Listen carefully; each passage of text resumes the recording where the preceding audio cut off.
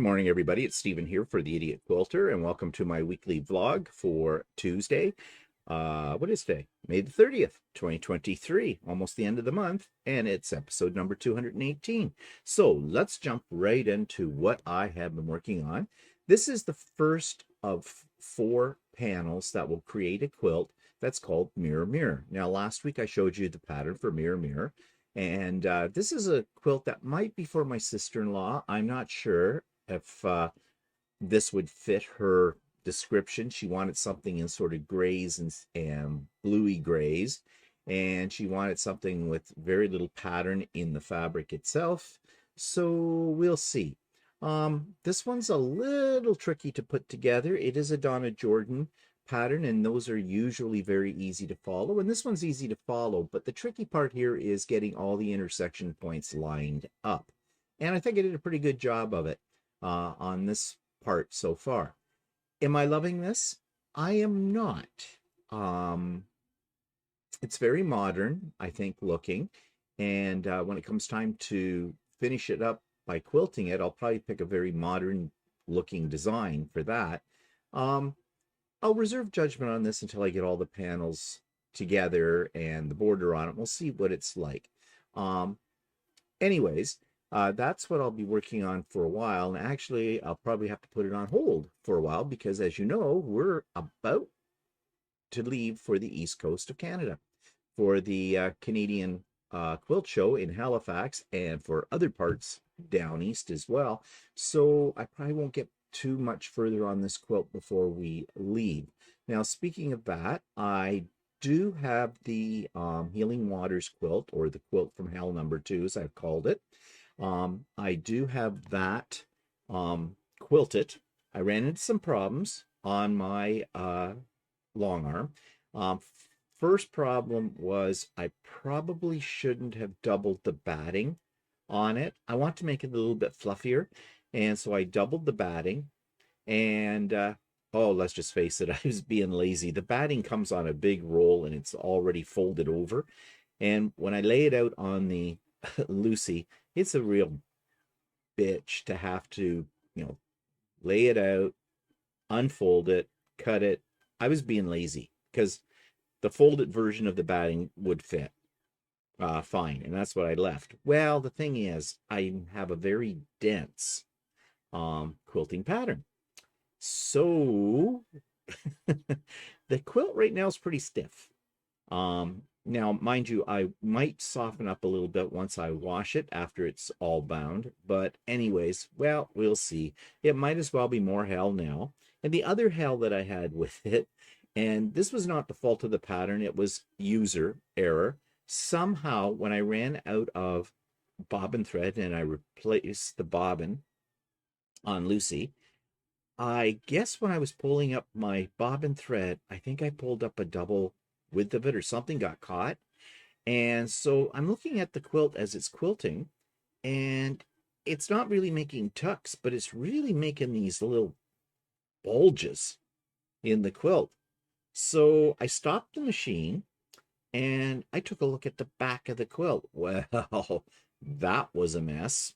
It was all loopied around. The tension was off the whole bit. So I thought, what am I going to do now? I guess I have to rip it out, but here's the problem. Can I match that part back up? So I decided, okay, what I'm going to do is I'll fix the bobbin problem. I'll finish quilting the quilt, but before I take it off, I'll roll it back and see what happens if I pull out the stitches. And that's exactly what I did. And they came out pretty easy. There were a lot, but it was like however the bobbin thread did its thing. When you cut a few of the bobbin threads, you got big strands of it coming out. So I got that all out, and it took me a little while, but I did pretty much line up the pattern that I had to redo in that spot.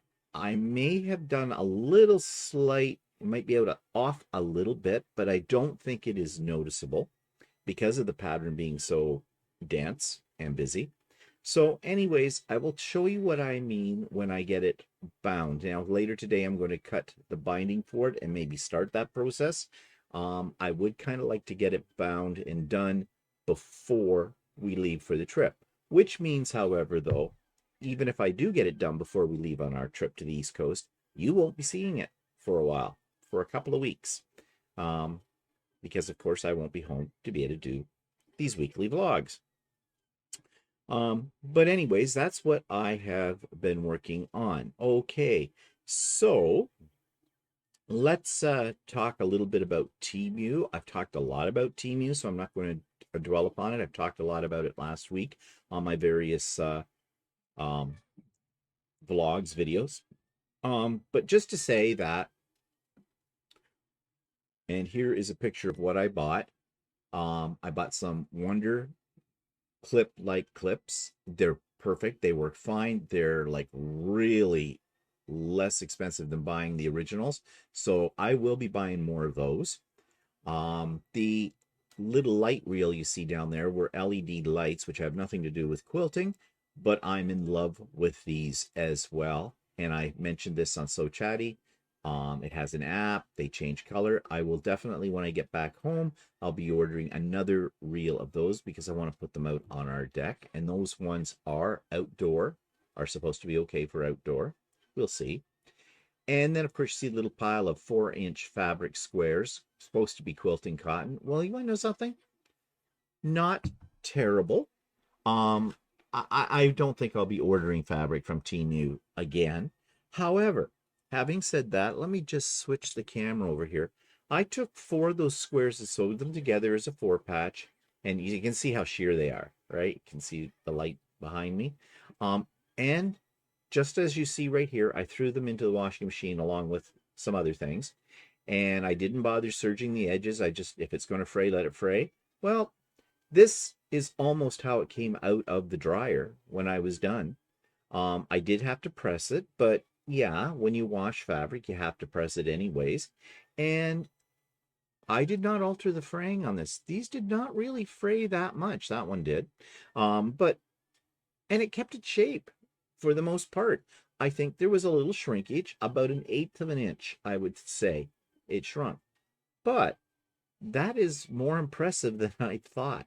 You know, like I didn't really think I was going to get that result. I just figured I'd get a whole big thread ball when it came out. So in some ways, I'm kind of impressed with this. But you know, you can see how sheer it is. And it's very lightweight. For something like possibly a tote bag or that kind of thing, but I would definitely not use this for a quilt. And I will not be ordering any more fabric from Temu. Unless I want some garbage fabric for a garbage project. I guess that's all I can say about that. But will I be ordering in the future from Temu? Yes, I will be. And if you saw my vlog yesterday, you heard me say that, you know, supposedly that there's problems with Temu when it comes to the app and that kind of thing. I did hear back from one of the people who mentioned that you shouldn't order from Temu. Well, yeah, the same old reasons why we shouldn't order from China, okay? And I'm not undercutting that. There are problems with that kind of thing, but you know, money talks. And if I can get something like those Wonder Clips that are just as good as Clover Wonder Clips that are an exorbitant amount of money, then I'm going to buy from Temu so far. So sorry if I'm not being politically correct or whatever, but you know, I don't have all the money in the world either. So yeah, I will continue ordering a few things from Temu here and there. Not a lot, not a lot. It's not going to replace Amazon for me or anything else. But for some things that are utility items that, you know, like the clips and that kind of thing, why pay 4 times the price buying Clover when you can get them, you know, for a lot less? Okay, so that's that. And just a reminder that Sewing with Stephanie and Stephen is coming up tomorrow at 9 o'clock a.m. Eastern Time. Now, having said that, because I'm leaving on Sunday for the East Coast, I will not be on Sewing with Stephanie and Stephen next week, but Stephanie will probably be there. But the week after that, there will not be a Sewing with Stephanie and Stephen because neither Stephen nor Stephanie will be here. Wait, I'm lying. I am lying. I'm all screwed up on my dates. Okay, no. There is one this week. There will not be one next week because both Stephanie and I will be in Halifax, I think. I think Stephanie arrives on the 7th. Stay tuned. I am also mixed up. Okay, Stephanie might be here for it next week. We'll clear that up tomorrow on Sewing with Stephanie and Stephen for sure. Sorry, confusing you. Yeah, okay. Someone's going to say, you know, are you just using an empty coffee cup as a prop? I actually do have coffee in it, but I pick it up with my hand and then I put it down and I don't drink from it and it goes cold. Yeah, okay. Wow, I'm all over the place, aren't I? Okay, let's get back on track. We had a sew day, Walter and I, at our local club um, with his sewing class, his online sewing class. Now, they have not had a sewing class for quite a few months, but the guy who runs the sewing class, the teacher of it, he tries to have one of these sew days at least one Saturday a month. Now, he didn't have one last month, I don't think, or we couldn't go to it, whatever way it was. But anyways, we went to this one. There's only 4 of us there. So it's not a big crowd, lots of room. And that's when I got what you saw done on the Mirror quilt. And Walter almost got a complete shirt done while we were there too. I think he has it completely finished now. And he showed it on Stephen and Walter Live on Sunday as well. Unfortunately, he's keeping that one for himself. Well, I guess he has to have a few shirts too, right? I can't have them all, but it's in blue and it's a beautiful color and I loved it. And it'll just make my eyes sparkle, but it's his. Okay, so anyways, yeah, it was a great day. It's nice to sometimes have a different venue, although I still don't like dragging all my equipment to things like that. I prefer the Zooms. I really do. Also, speaking of Zooms, Craft and Chat, next Wednesday would be when we would be having Craft and Chat, because that'll be the first Wednesday of the month. Well, I'll be in the East Coast, so we will not be having Craft and Chat. Sorry about that. Which means that the next Craft and Chat will not be until the first Wednesday in July. However, having said that, I will try to make it up to you by having a pop-up sew day sometime after we get back from the East Coast. I'm not sure how that's going to work out yet with dates and everything like that. But I'll definitely let you know. I'm going to try for one though once we get back. Okay, is that all the announcements I need to make about things like that? More about my videos and how the trip affects those later in today's episode. But now let's talk about a couple of projects that are beyond quilting. Okay, so I did buy a new thing in anticipation of going to the retreat in Georgia, Stephanie Stitch's retreat at New Year's time. This is a sewing bag, of course, and it's by, I'm sure you've heard of Tuto, or however you say that, Toto, Tuto, whatever, Tuttu. Maybe it's Tuttu. Anyways, I do have one of these bags. I have a larger one than this one, but it's broken. The supporting braces on it snapped off, mainly because we were lifting it from those supporting braces. Shouldn't have done that, because these, when you get your sewing machine and other stuff in there, and let's face it, anybody who has a sewing bag, we overfill it, you know, and they weigh a ton. Well, that snapped. I could still use the bag and everything like that, but it was just a little bit more awkward. So I thought, well, before we go down to Georgia, I should buy a new one, and a little smaller, because it just has to hold my travel sewing machine, my Skyline, my Janome Skyline S7. And so I bought this bag. Now, these are not cheap. It's $395 at Ultimate Sewing, with tax and everything. Good thing I get 10% off on that, but even still, these are expensive bags, but they are very well made. And they've just come out with these new designs for the covering. Before it was solid colors, so I saw this one. I thought, yes, I like that. That's fun. So it's great. They did change the wheel design on these bags. I noticed they made them a little more heavy duty, which is a good thing. as well, because there's a lot of weight in this bag. But there is one thing that annoys me about these bags. There are not any handles on the ends of it to lift it up. You have the metal bar that is comes off for storing, for pulling it around, but you can't lift by that.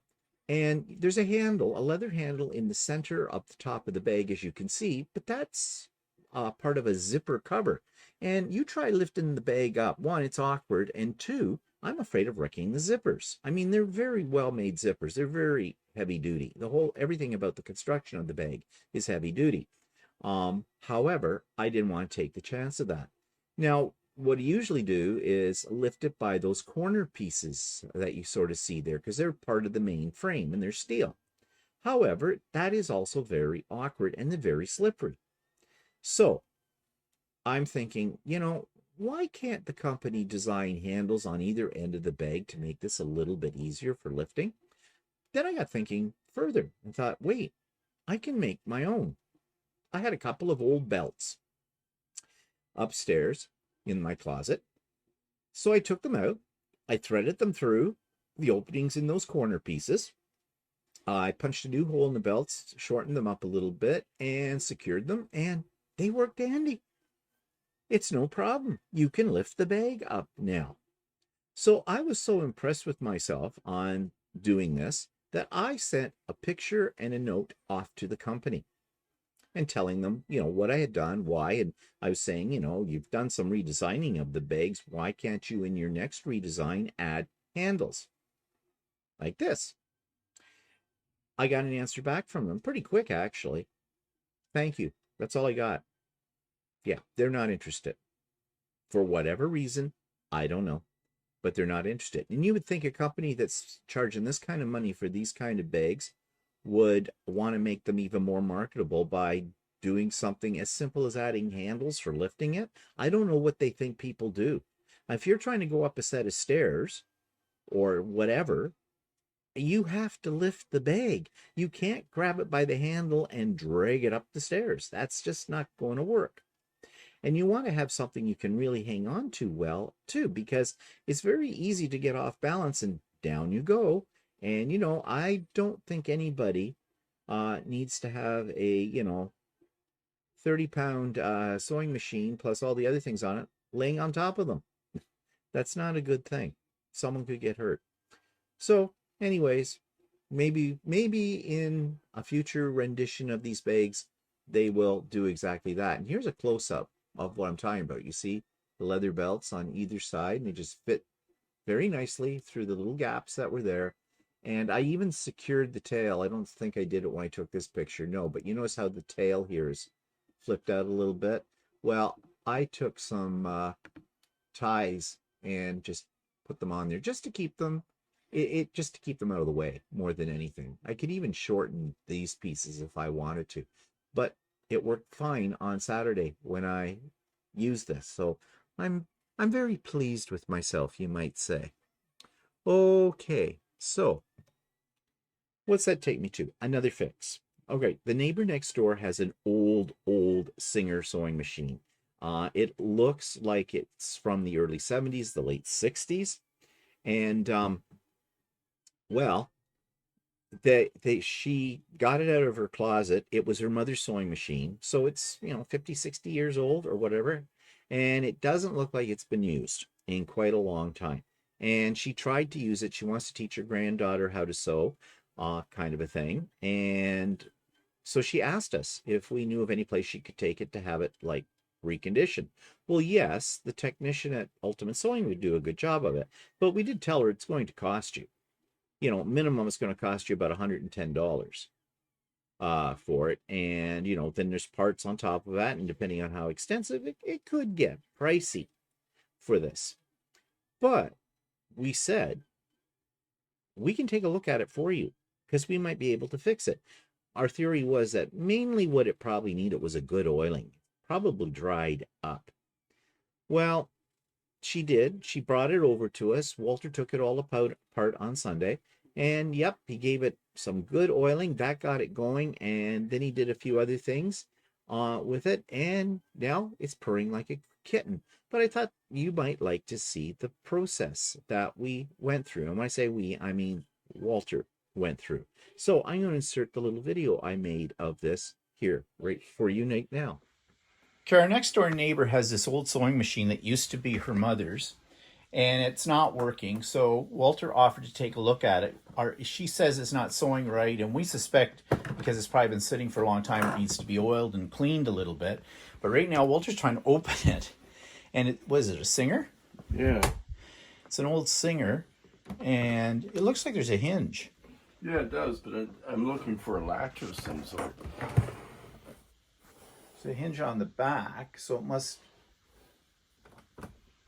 That's why it doesn't sew. She couldn't open it. Well, we'll see if we can get this thing open. Okay, we figured out how to get that cover off. It's kind of tricky. There was a release catch on it. And now Walter's looking for a plug and a foot pedal. And... yeah, well, there's a little part here that's... Yeah, there's a compartment here. there we go. Hidden compartment. Well, isn't that compact? So there's your foot pedal. And it looks like the foot pedal might also be attached straight to the... yeah, it's got one of those dual plugs like our Surgers. Mm-hmm. And then there's something here. A little fun little... instruction manual, bobbins. Okay. All right. Okay, so plug it in and see what happens. So at this stage, Walter found a manual for it, and he's taken out the bobbin. What's it look like in there? Well, it's not, the bobbin case is still in there. But I'm looking at how to do that. What, to get it out? Yeah. It's not standard. No, of course not. Well, this thing looks like it's pretty ancient. Well, look at the writing on it. The flowers, like psychedelic, early 70s, I'd say. Well, it hasn't been used for a while because it's pretty clean inside. But it looks a little corroded. Yeah, actually, I turned it on for a second and it sounds like metal's rubbing inside. Oh, yeah. Probably needs some major oil. So according to the manual, it's showing the spots where it needs to be oiled. So Walter is applying some oil to it. Does it seem to be loosening it up at all? Yeah. Oh, yeah. Well, that's a positive sign. We're going to try to turn it. Well, might help if I Might have you unplugged it in. Well, that's why it doesn't work. It was never plugged in. Yeah.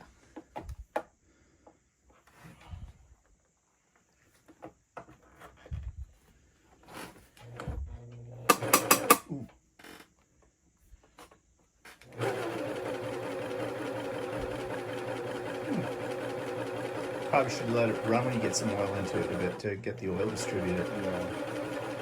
But right now, that doesn't sound bad.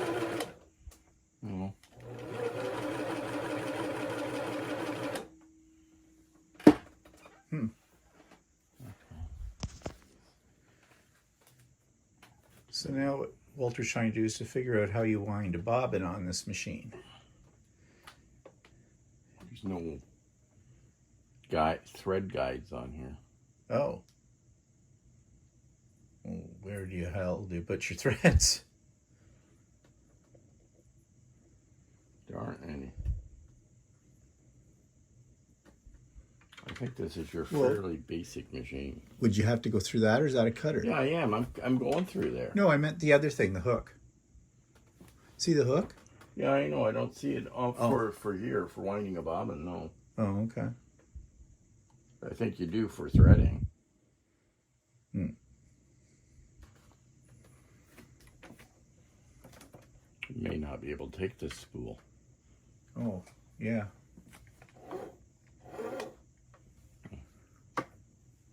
Don't you have to put that against it? Yeah, I just did it. Oh.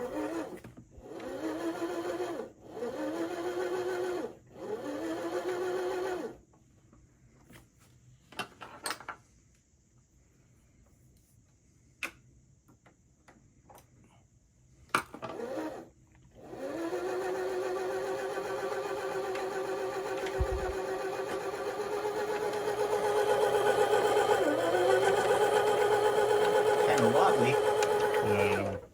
Probably can't handle a spool that size.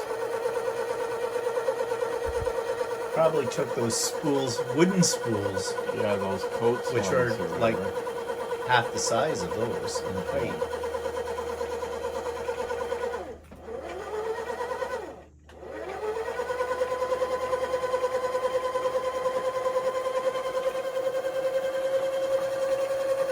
Well, that's good enough. I don't need a whole spool. Okay, Walter figured out how to thread it. I see you put a smaller thing of thread on it. And now, let's see if it sews.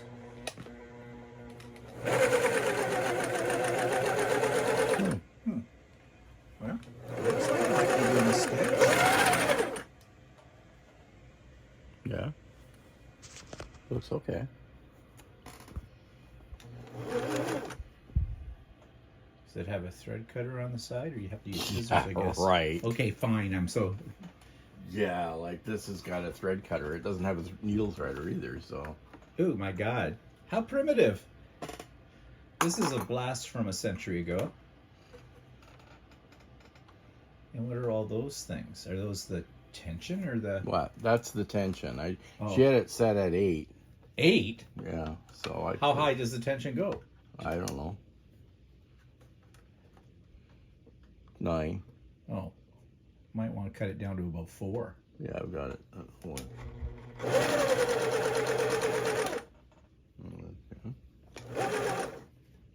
How's the stitch look? It looks pretty good, from what I can tell. That's a wavy one. Oh, but you don't want a wavy one. Yeah, I did. Oh, you did want a wavy one. Oh, okay. I did a regular stitch first. See, that's a regular stitch. Oh, Right? okay. Yeah. Oh, okay. And I imagine you can set the stitch length, right? Yeah, hold on, let's see. Go back to the regular stitch. Stitch.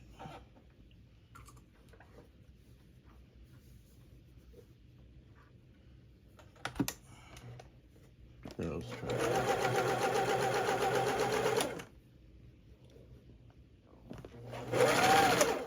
That's regular stitch.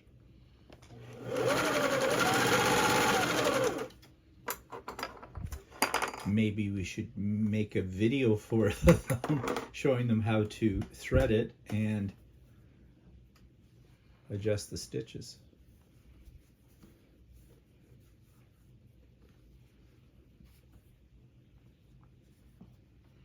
Okay. 1520. I don't know what that means. Well, that looks like stitch width or Stitch length. stitch length. Actually, it must be width. Pattern. Zigzag. Stitch width. There. No, that's width. Oh. There.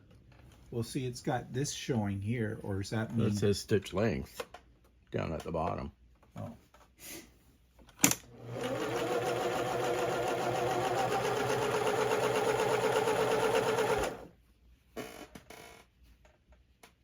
Does that manual tell you? Yeah, that might be a good idea. Maybe read the manual. Let's see what happens. Okay. So Walter's managed to recondition this machine, and it's stitching along beautifully. You put in a new needle, right? Yeah, I put a new needle in. I threaded it properly. I put a new bob. I rewound the bobbin And you oiled it, of course. and I oiled it. And you set the tension much lower. Well, yeah, the tension was set at 7 or 8, and I tried it just for a joke. I put it down to 0 and 1 or 2. 1 or 2 seems to work fine. Well, she was obviously playing with it. She said she couldn't get it stitched properly, but it wasn't the tension. But she must have thought if she tightened it up, it would stitch better. But Yeah. that is not the case. That's not how you do tension. Well, no, tension really is a balance between the front and the back. That's why Yeah, listen. when I did the thread, I did white on the top and orange on the back. Yeah, to just see to if- see just to illustrate where that the tension was working okay. Yeah. Now I suggested to Walter that in the manual that came with it, this little booklet here, that he marked key pages with sticky notes. You know, how to thread it, how to wind a bobbin, how to adjust tension, and stitch styles or something. Because I don't know how much of that she really knows. And as you can see, this machine is at least from the 70s, if not maybe even possibly from the 60s. I mean, look at the design on it, very psychedelic from that time period, and the writing too, right? So yeah, but anyways, it does work. It's a Singer, and I've heard people say that Singers used to be one of the best machines because those suckers will go forever. Well, this is kind of a testimony to that. I mean, it's ugly, but by today's standards, and you know, doesn't have all the whistles and bells that we have today on them. But Walter got it working, so she should be very happy. Now she can leave it in the back of a closet for another 50 years. So yeah, I would love to learn how to fix a sewing machine. I'd love to take a course. Haven't found any around yet, but maybe someday. Anyways, that takes us now to Subscribers Quilt of the Week, and this comes from someone who is a fellow member of the Quilter's Way with me, a paid membership group that I've belonged to now for quite a few years, since I got into quilting, basically.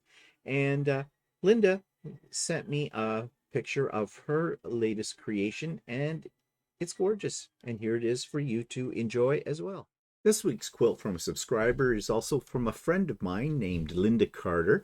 Linda Carter and I see each other on a regular basis on the lives from the online membership group we belong to called The Quilter's Way. And Linda decided to send me this beautiful creation of hers to show off. Now, she didn't really send me any information about this, but let's just take a closer look at it. First of all, I love the colors and I love the panel with the butterflies.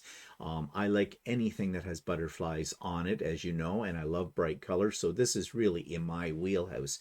It is a beautiful quilt, and I love how she has bordered the panel using windmill blocks, and they are picking up butterflies as well in the prints and picking up the colors that are in the print itself as well. I think this is very, very stunning. Now, it doesn't look like it's a huge quilt. It looks like it may be just a throw, but that is all right. And here on the back, you get a better look at her quilting. The backing is very, very busy, so the quilting doesn't show up as well. But you can see she did do some outlining of the butterflies on here and some other things.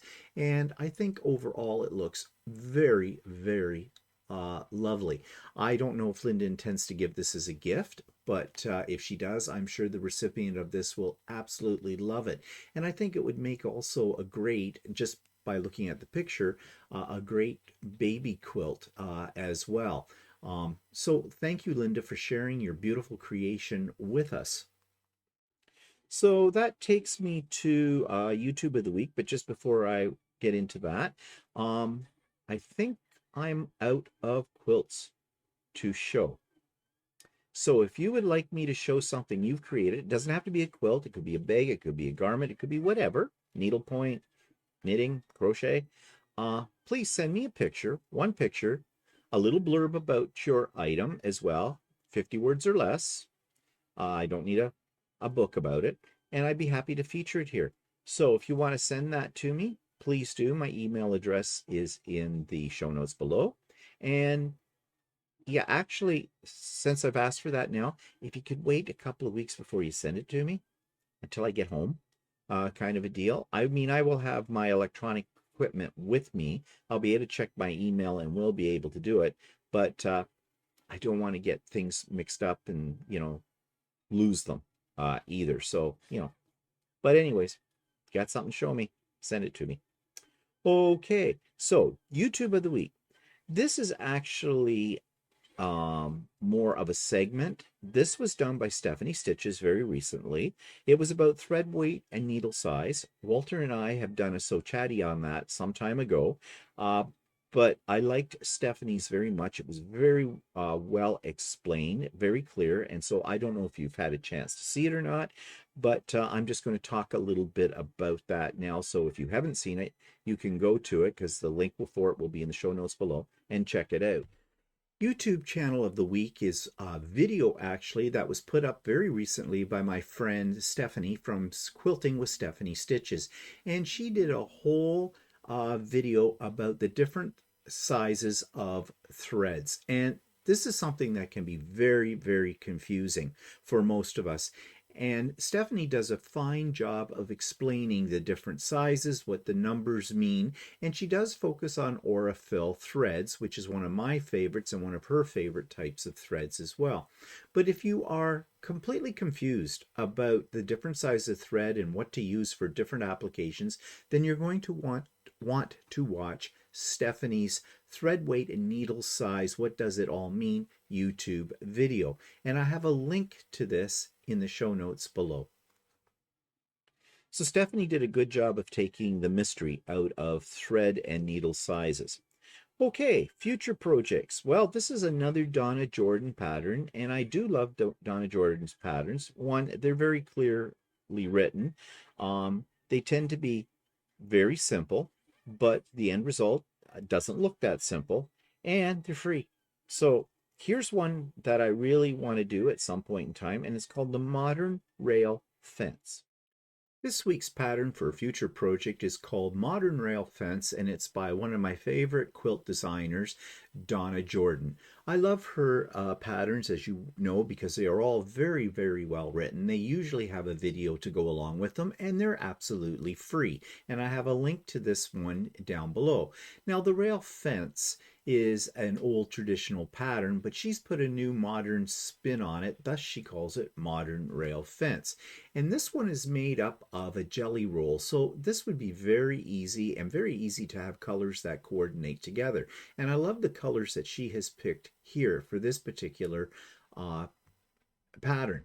I think this would be a very quick one to do. You're just basically putting strips from your jelly roll together and then cutting them into 7.5-inch blocks and then laying them out and assembling them to get you this kind of a chevron sort of look or zigzag pattern. So I think it would be very fast, and she even did a piecing on the back, a pieced backing as well. So Donna Jordan's patterns are always very easy, usually very quick, and utilize, pre-cut packages in many cases. And this is one of those as well. So if you're looking for a quick quilt to do, possibly you've got a jelly roll already sitting around you don't know what to do with, and this would be perfect for it, then check out Modern Rail Fence by Donna Jordan. And so this would be this part of the episode where I would usually give you a teaser for an interview I've done in the past week. Well, I haven't done any interviews for several weeks. However, having said that, I'm in communication with a person who is across the pond over in Europe. And I am just trying to schedule this person for an interview. And that will happen. I'm hoping the interview will happen just before I go away, but I won't be able to post it until we come back. So you're not going to see any interviews for a couple of weeks, but hopefully this one I will have for you very soon. Okay, let's move on to online fabric stores. And this one was recommended by a subscriber to me. It's in my own backyard kind of thing. I didn't know existed. It's in a town called Milton, Ontario, which is west of Toronto. It's about an hour and a half's drive. Oh, probably less than that. It's probably an hour or so drive away from me. So someday I may get to their store to check it out. But in the meantime, I checked their online store, and here's my review of Oh Look Fabric. This week's online quilt store was recommended to me by one of my subscribers, and it's one that's not all that far away from me. It's called Oh Look Fabric. That's a unique name. And it is located in Milton, Ontario, which is just on the west side of Toronto, about an hour away from me. So I have not actually been to this store yet, but I do want to check it out very soon. But in the meantime, let's look at their website. So this is their first page. It says Modern Fabrics Workshops Handmade Gifts, and free shipping on all orders over $175 after discount shipping plus taxes. Um, so that's pretty good. And they've got some online events. They have a sale that just happened in the past couple of weekends ago. And then they show their new arrivals. And they show zippers and a few other things as well. And they've got a sewing club membership, which we'll have to check what that is. It says join our sewing club membership and receive 10% off all our regularly priced fabric purchases, including an additional 10% off all sales section items. Okay, well, that's all right. And I have a feeling that it's probably free. Yeah, so let's pop up to the top of the menu again and let's get into their fabric collections and check out their prices and what they have to offer.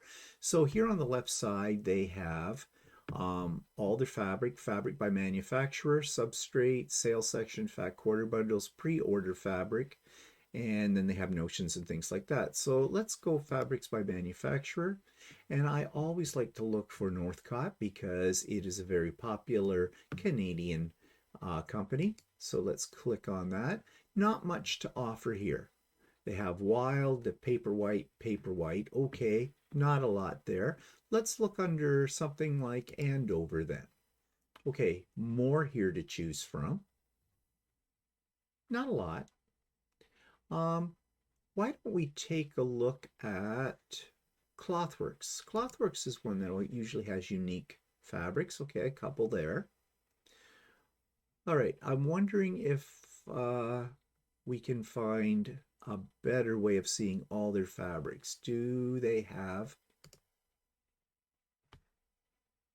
see, all fabric, here we go. So here, this gives us a better look then of what they have to offer. They have a lot of Kona solids, which I know are very, very popular. And they've got about 8 pages of things here. Let's just pop into the middle. Lots of prints. Yeah, they have some very nice selection in here. Let's go to their last page. Yeah, so let's take a look at what they're charging. Okay, Canadian $7 for this particular one. That's by Rifle Paper Company. And I assume that that is a ½ meter. Fabric is cut off the bolt by quarter yard increments. When you purchase more than one increment, it will be cut from the bolt as a continuous piece. Okay, well then that's expensive. Because if that right there is a quarter, that means that's $28 a meter. Well, let's put in 4 and see what happens.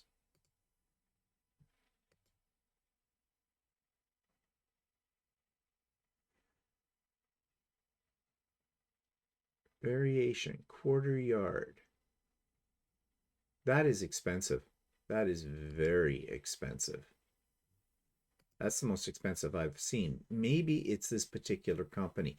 Let's take a look at, say, Kona Cotton Solids. And let's just see what they're paying. Okay, this is a little better. Solids then seem to range between 3. Okay, you have an option you can check. Okay, if you get a quarter yard, it's $3.25 for a quarter yard of a Kona solid.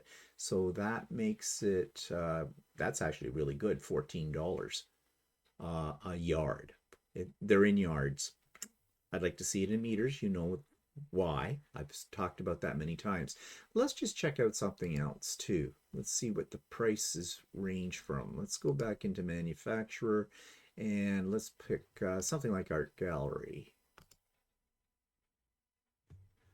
Okay, a little bit more, quarter yard, $4.50. So that's $18. So it looks like they range anywhere from, if you're going from a solid to $14 a meter or a yard, right up to as much as $28 a yard. So there's quite a spread here in price. We'll check out shipping. Let's add some stuff to the cart. Let's get 2 yards of that. Okay, add it to the cart. And can we go to the cart? Let's go to the cart. Estimated shipping. Okay. Continue to payment. Now I need to put in my personal information for this. Let's see if we can find this somewhere else. Let's get rid of this. We'll go back.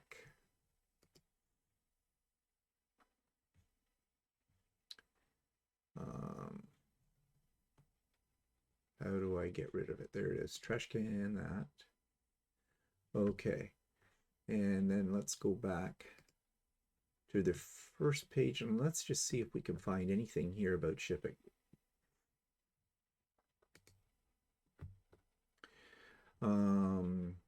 Its Canadian orders will be shipped safely in a sturdy package sent by Canada Post. Flat rate shipping in Canada is $18, which includes tracking. Well, that's pretty good. For the US, it's $20 flat rate. And if you buy over $175, it's free shipping. So that's not bad, $18 for shipping. That's pretty good. Okay, so let's go back up here to their their fat quarter bundles. Okay, they have a few. They're mostly Kona solids. Oops, I didn't want to do that. I didn't want to do that either. Okay, get with it. My fingers are a little heavy on the mouse today. Let's go back down here to fat quarters. So it looks like they only have fat quarter bundles. Yeah, and it's Kona. Let's see what this one, Great Big C Fat Quarter Bundle. It's $22.40. How many in the bundle? Total pieces bundle 4. Okay, it's a specialty fabric. Let's check out Kona bundle. This one is $40.80, 12 fat quarters.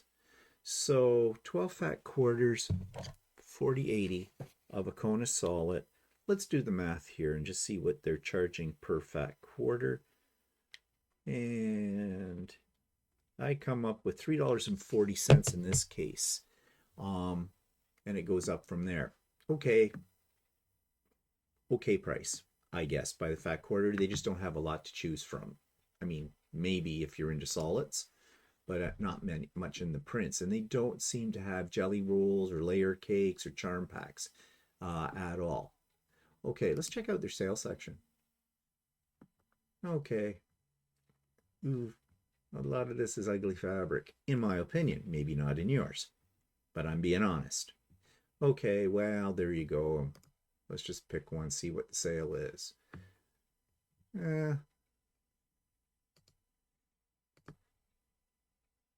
Well, they're saying that for a quarter yard of this particular fabric, it was $450. It's on for $360. I question that. Now, they did say, though, if you joined their club, you could get 10% off things that are on sale as well. So that wouldn't be so bad. Well, 10% of $360 is 36 cents. Anyways, yeah, I guess it would depend on how much you were buying. All right, so fabric selection, yeah, it's okay. I would be interested in checking out their store, though, I think. All right, so what else have they got? Well, they have new arrivals. Yeah, their fabric is not to my taste, what I'm seeing here, really. What else do they have? Well, they have zippers. They have Pellon 101, SF 101. They have some bag making things, the zipper pulls. They sell candles, if you're interested in candles. Maker's Marketplace. What is that all about? Bags, bandana bibs, DIY kits, eco-friendly enamel pens and I didn't know charms. that. Okay, my Amazon thing is trying to cut in on me. Greeting cards, hair accessories, home decor, kitchen essentials, mugs, puzzles. Okay, this place has a lot of everything. Um, kitchen essentials. I have to take a look at this because this is not something. Oh, I see. It's the bowl cozies. Okay. Sponge cloth. Oh, okay. This is more fabric related kind of a thing. It's not like, a spatula or knife and fork set. Let's go back into Marketplace. Let's check the bags. So these look like these are pre-made bags and you can buy them. Yeah, pre-made bags. $40 for that. Okay, well, I suppose. I wonder if they're made on site or they get them from somewhere else. They have DIY kits. English paper piecing by the looks of things. Some little stuffies. Yeah, okay. Some embroidery. In my opinion, this is a lot of cutesy. If you're into cutesy, you might like it. They have greeting cards, face masks, hair accessories. Oh, okay, ties and scrunchies and things like that. Okay, home decor. Yep, pillows. So a lot of pre-made things here. Puzzles, relaxation, soy candles. Okay, so they're not just quilting fabric. They are other things as well. Patterns. What do they have for selection of patterns? They have clothing patterns as well as quilting patterns. So if you are a garment sewer, you might want to check that out. And yeah, they have a few. It's not a big selection, but some unique things. Let's take a look at their batting and stabilizers. How do they sell their batting? Okay, they've got Pellon products. Decker Bond. I was looking for some of that the other day, but just out of curiosity. $2.55. That's probably a quarter yard. Yeah. Okay. Let us see. Okay, batting. Pellon's Natural Touch. Oh, that looks like that is by the yard. Okay, so the only batting, oh no, they have Hobbs. Okay, Hobbs, 80/20 96-inch.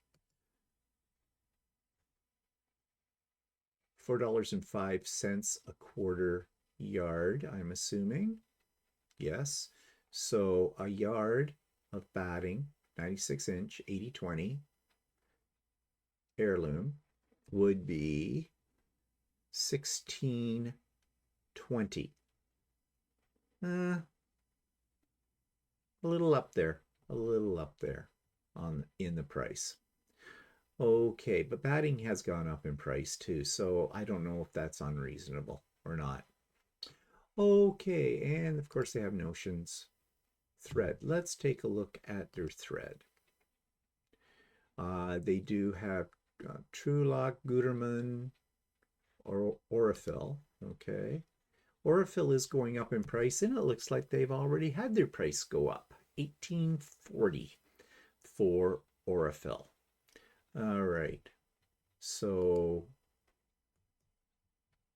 yeah, that's pricey. But Aurifil, I heard on various YouTube channels that Aurifil is going up in price, and this was the price that I was hearing. But I was hearing that price as American, so in a sense, our price is better in Canada. But anyways, that's more than I spend right now on Aurifil, but that might change. Okay, And they have something called more gifts through workshops. Okay, let's take a look at their workshops. And yeah, these are fairly current. Learn to Sew workshop, fanny pack workshop, 4-part Learn to Quilt workshop, and Quilted Coat workshop. Okay, not a lot of workshops, but some interesting ones. The Quilted Coat, I think, would be very interesting. Okay, so overall, oh look fabric, I think it might be worth the drive to Milton for me to check out their brick and mortar store. As far as me ordering anything from them, I don't see anything there that attracts me, but that does not mean that it's not attractive to other people. And they do have free shipping over of orders over $175, so that's okay too. So you may want to check out Oh Look Fabric. Okay, so just before I finish the episode, you already know that we are off to the East Coast this coming Saturday for about 2 weeks. So I will be doing videos where I can along the way. Hopefully I can do some video about the quilt show itself, the Canadian National Quilt Show. And I'm hoping that we might be able to do 1 or 2 lives as well.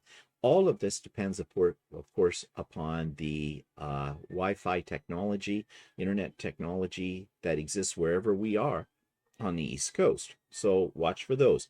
Be doing it sort of the same way as I handled the West Coast trip back a month ago or so when we went out west. So we'll see how that all works out. So that means that there will not be any regular vlog or episodes of Idiot Quilter or So Chatty while we are away, nor Stephen and Walter live on Sundays for a couple of Sundays.